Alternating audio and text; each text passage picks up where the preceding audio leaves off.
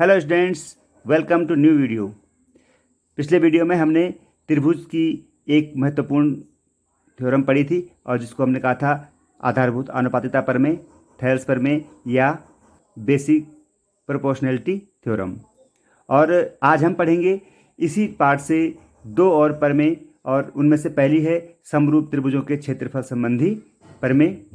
तो इस प्रमेय को समझेंगे और इसको सत्यापित करना सीखेंगे।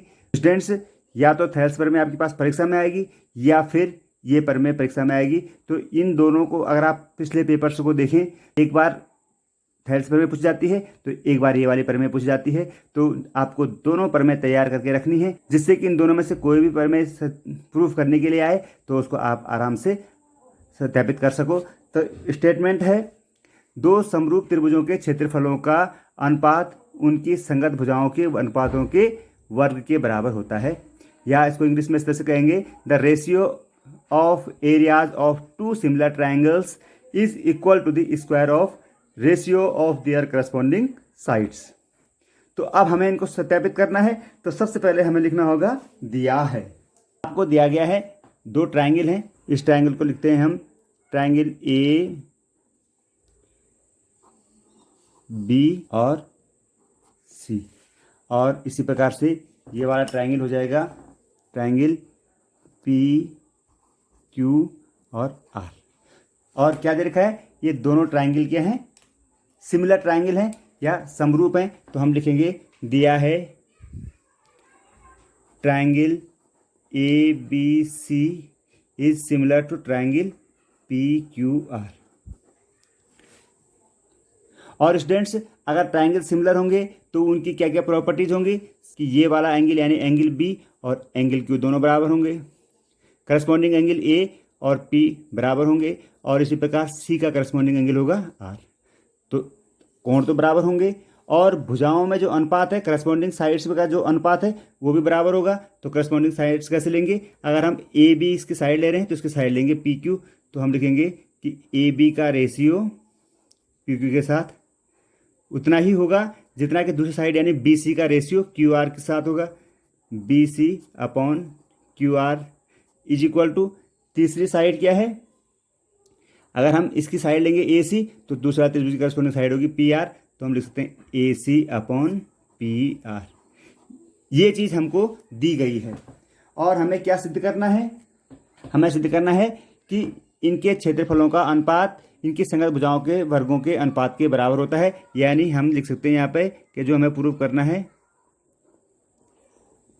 Area of triangle A B C divided by area of triangle P Q R. तो ये किसके बराबर होगा, जो इनकी संगत भुजाएं हैं उनके अनुपातों के वर्ग के बराबर हो या वर्गों के अनुपात के बराबर हो, बात एक ही है। तो हम इसको ऐसे लिख सकते हैं, A B upon P Q का वर्ग अनुपात का वर्ग, उसी प्रकार से B C upon Q R का वर्ग, या फिर A C upon P R का वर्ग। भुजाओं का पहले अनुपात निकालेंगे फिर इसका वर्ग कर देंगे।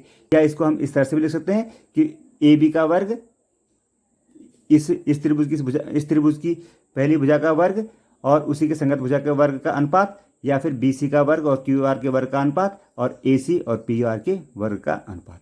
तो ये हमें सत्यापित करना है और इसके लिए स्टूडेंट्स हमें करनी होती है फिर से कुछ रचनाएं। रचना बहुत छोटी सी है कि जो ये त्रिभुज है ए बी सी, इसके शीर्ष ए से बी सी पर एक शीर्ष लंब खींचना है, 90 अंश से कोण बनाते हुए रेखा खींचनी है। और सिमिलरली पी क्यू आर त्रिभुज में बिंदु पी से क्यू आर पर लंब खींचना है। तो देखिए ये हो गया, ए बी सी पर सामने वाली भुजा यानी बी सी पर लंब डाला ए एम, और पी क्यू आर पर शीर्ष पी से सामने वाली भुजा पर लंब डाला पी एन, और इसको हम लिख भी देंगे। तो अब हमें इसकी उत्पत्ति करनी है, और तो आइए देखते हैं कैसे हम इसकी उत्पत्ति करते हैं। तो स्टूडेंट्स, जो कंस्ट्रक्शन हमने की है हम उसी के आधार पर अपना प्रूफ लिखेंगे। तो यहाँ पर देखेंगे, सबसे पहले हम लिखेंगे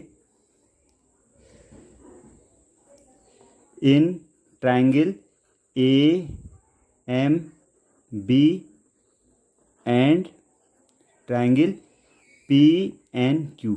कौन सा ट्राइंगल लिया आपने, जो राइट एंगल ट्राइंगल है AMB और PNQ। इन दोनों में अगर आप देखेंगे तो angle M is equal to है एंगल N और ये दोनों है 90 डिग्री। और ये कैसे बनाए हमने? बाय कंस्ट्रक्शन, ये हमने रचना से लिखे हैं, ठीक है। और इसी प्रकार से angle B is equal to है एंगल Q, ये हमको दिया हुआ है गिवन। और क्यों है ये बराबर? क्योंकि दोनों त्रिभुज समरूप हैं, ABC और PQR। क्योंकि त्रिभुज ABC और PQR समरूप हैं तो उनके संगत कोण बराबर होंगे, ठीक है। तो अब समरूप त्रिभुजों की जो क्राइटेरिया होता है उसके आधार पर दो एंगल बराबर हैं तो तीसरा एंगल यानी कि कोण BAM और कोण QPN भी बराबर होगा। तो इसकी जो कसौटी है AAA, तो आप लिखेंगे by criteria angle angle angle triangle AMB is similar to triangle PNQ। ये दोनों ट्रायंगल सिमिलर होंगे और अगर सिमिलर होंगे तो इनकी जो साइड्स का रेशियो होगा वो भी बराबर होगा। तो हम लिख सकते हैं, अगर हम इसका साइड लेते हैं AM तो इसकी साइड लेनी पड़ेगी PN का अनुपात, और दूसरी साइड इसकी अगर लेंगे हम MB तो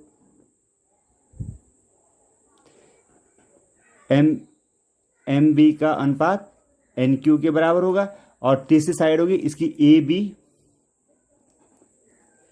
AB का अनुपात होगा किसके साथ? PQ के साथ।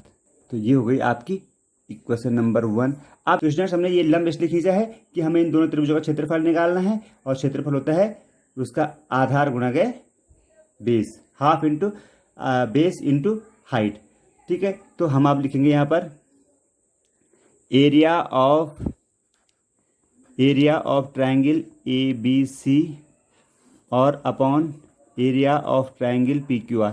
हमें इन दोनों के क्षेत्रफलों का अनुपात निकालना है तो इसको लिखने के लिए क्या करेंगे हम? एरिया ऑफ ट्रायंगल ABC, तो ट्रायंगल ABC का एरिया क्या होगा? 1/2 इंटू उसका बेस BC इंटू उसकी हाइट AM और divided by area of PQR क्या होगा? 1/2 इंटू उसका बेस QR और इंटू उसकी हाइट PN, ठीक है। इस त्रिभुज ABC के लिए आधार BC और ऊंचाई AM और त्रिभुज PQR के लिए आधार QR और ऊंचाई PN, ठीक है। और अगर हम इसको सिंप्लीफाई करेंगे तो 1/2 से 1/2 कट गया तो आपके पास बचा BC upon QR into AM upon PN, ठीक है, इक्वेशन 2। लेकिन स्टूडेंट्स अभी आपने जो आपने इक्वेशन 1 फाइंड की थी, यहाँ पर आप देख रहे हैं कि AM अपॉन PN यानी कि जो ऊंचाइयों का अनुपात है वो भी भुजाओं के अनुपात के बराबर है, यानी AB अपॉन PQ, और AB अपॉन PQ को हम फिर से BC अपॉन QR ले सकते हैं क्योंकि हमें ये दिया गया है, ठीक है स्टूडेंट्स। अब यहाँ पर हो जाएगा BC अपॉन QR, ये दो संगत भुजाओं का अनुपात है। कौन सी दो संगत भुजाओं का है? BC और QR का अनुपात है। और AM और PN ये ऊंचाइयों का अनुपात है। और इक्वेशन 1 में आपने दिखा दिया है कि AM अपॉन PN यानी ऊंचाइयों का अनुपात AB और PQ के अनुपात के बराबर है। तो AB अपॉन PQ का अनुपात जो है, हम इसको यहाँ पर AB अपॉन PQ के अनुपात को फिर से BC अपॉन QR के अनुपात के बराबर ले सकते हैं क्योंकि सारी भुजाओं का अनुपात एक जैसा ही है, ठीक है। तो BC अपॉन QR बराबर हो जाएगा यहाँ पर AM अपॉन PN फ्रॉम, यहाँ पर लिख देंगे फ्रॉम इक्वेशन 1, ठीक है। तो अगर आप देखो अब यहाँ पर दो चीज़ें हैं, तो AM अपॉन PN की जगह आपने लिया BC अपॉन QR और BC अपॉन QR पहले से था, तो हम लिख सकते हैं यहाँ पर एरिया ऑफ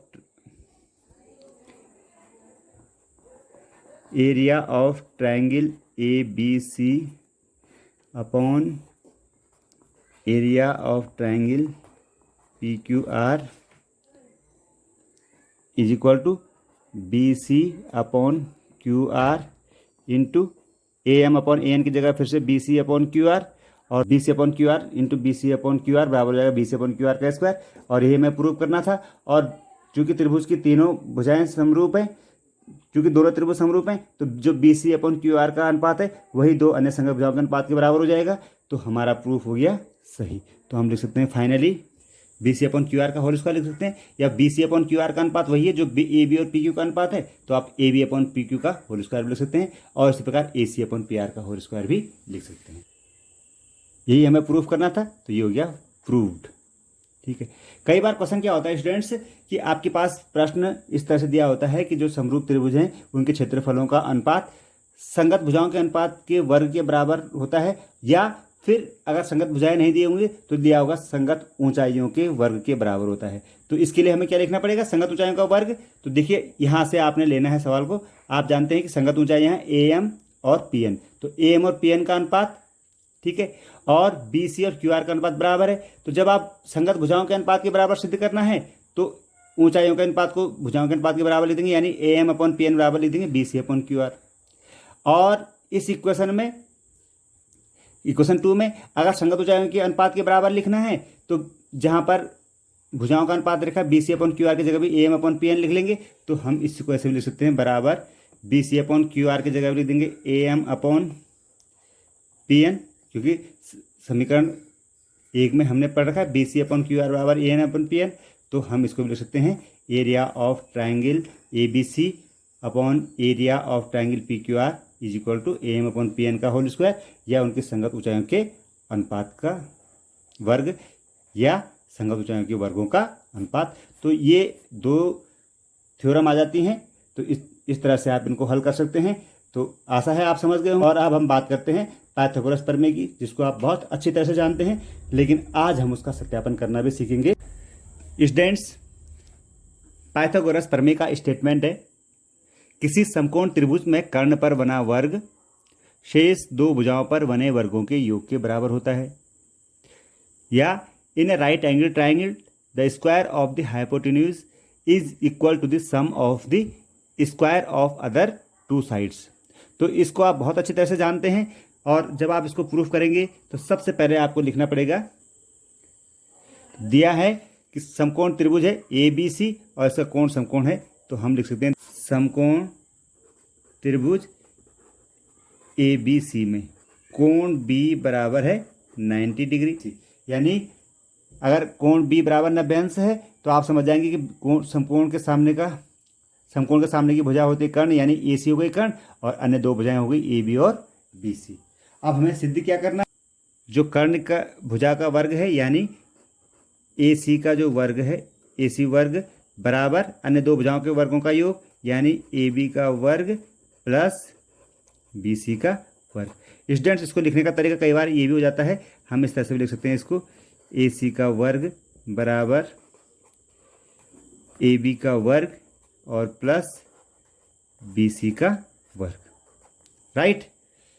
तो आप प्रूफ करना है, तो प्रूफ करने के लिए फिर से होगी रचना, और अब आपको याद रखना है कि इसमें हमें कौन सी रचना करनी है। और रचना बहुत सिंपल है कि जो यहाँ पर ये पॉइंट B है, यानी कि जो शीर्ष B है जो कि 90 अंश का है, उस B से हम सामने वाली भुजा कर्ण पर एक लंब खींचेंगे और इसका नाम रख दिया BD। तो हम रचना क्या लिख सकते हैं, शीर्ष B से भुजा AC पर लंब AD खींचा, शीर्ष B से भुजा AD पर लंब खींचा। तो अब आप बच्चे देखेंगे कि हमारे पास तीन ट्राइंगल हो गए। एक तो जो पहले था ABC, ये भी 90 अंश का कोण था, और दूसरा ट्राइंगल हो गया BDC, तो इस पर भी 90 अंश है, और तीसरा ट्राइंगल हो गया ABD। अब इन्हीं तीनों ट्राइंगल से हमें सत्यापित करनी है पाइथागोरस प्रमेय। तो स्टूडेंट्स, जब हम इसकी उत्पत्ति करेंगे तो हमें दो ट्राइंगल पहले लेने हैं, और उन दो ट्राइंगलों से हमें कोई एक रिलेशन निकालना है। तो वो ट्राइंगल कौन से होंगे, यहाँ पर लिखेंगे in triangle ABC and triangle ADB। देखिए, अगर पहले हमें जो बड़ा ट्राइंगल लेना है ABD, पहले हमने बड़ा ट्राइंगल लेना है ABC, ठीक है, और इसके बाद हम लेंगे ट्राइंगल ABD, यानी कि जो हमने रचना से बना रखा है। इन दोनों में क्या सिमिलरिटी है, इन बड़े वाले ट्राइंगल में कोण B समकोण है और छोटे वाले ट्राइंगल में कोण D समकोण है एक, और दोनों ट्राइंगलों का एक शीर्ष यानी शीर्ष A कॉमन है। तो इसको लिखने का तरीका यही है कि शीर्ष A बड़े ट्राइंगल में, तो छोटे ट्राइंगल का भी शीर्ष A पहले लिख दिया। फिर दूसरे ट्राइंगल का आपने लिखा शीर्ष B, यानी वो वाला शीर्ष लिखा जो 90 अंश का है, तो छोटे वाले ट्राइंगल में शीर्ष D लिखेंगे, यानी डी हो जाएगा। में देखेंगे ये दोनों समरूप होंगे। समरूप कैसे लिखेंगे हम, हमें लिखना पड़ेगा कि एंगल ए, इस ट्रायंगल के लिए एंगल ए और इस ट्रायंगल के लिए भी एंगल ए, दोनों बराबर हैं, यानी हम इसके लिख सकते हैं एंगल बी ए सी और इसके लिए लिख देंगे ट्रायंगल बी ए डी। ये दोनों ट्रायंगल क्या हैं, बराबर हैं और ये हमें पता है, ठीक है, क्योंकि ये एक ही ट्रायंगल है, सेम ट्रायंगल है, ठीक है। तो पहली चीज़ आपने दे दी। अब दूसरी चीज़ हमने क्या लिखना है कि एंगल इस ट्रायंगल के लिए ए बी सी बराबर इस ट्रायंगल के लिए एंगल ए डी बी, ये दोनों बराबर हैं। ये हमने निकाल दिया है किससे, कंस्ट्रक्शन से, रचना से हमें पता चल गया। तो फिर से समरूप त्रिभुजों की कसौटी एंगल एंगल, तो आप लिखेंगे एंगल एंगल कसौटी से